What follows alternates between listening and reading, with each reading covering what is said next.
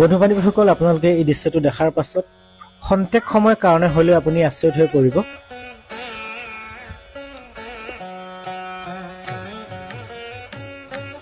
আপোনালোকে দেখিব পাৰিছে দুডাল প্ৰকাণ্ড ফেটি সাপে কেনেদৰে এটা বান্দৰৰ লগত খেলি আছে, আৰু সেই বান্দৰটোৱেও দুডাল বিষাক্ত ফেটি সাপৰ লগত খেলি থকা আপোনালোকে দৃশ্যটো দেখিব পাৰিছে।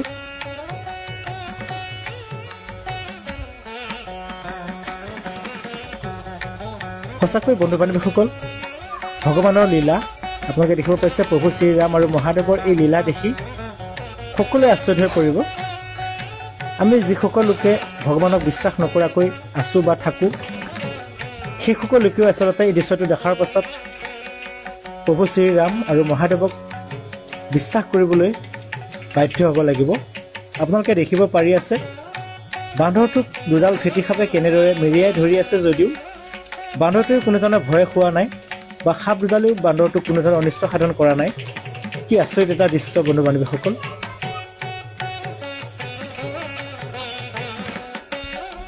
কিমান সুন্দৰ এটা দৃশ্য বন্ধু বান্ধৱীসকল।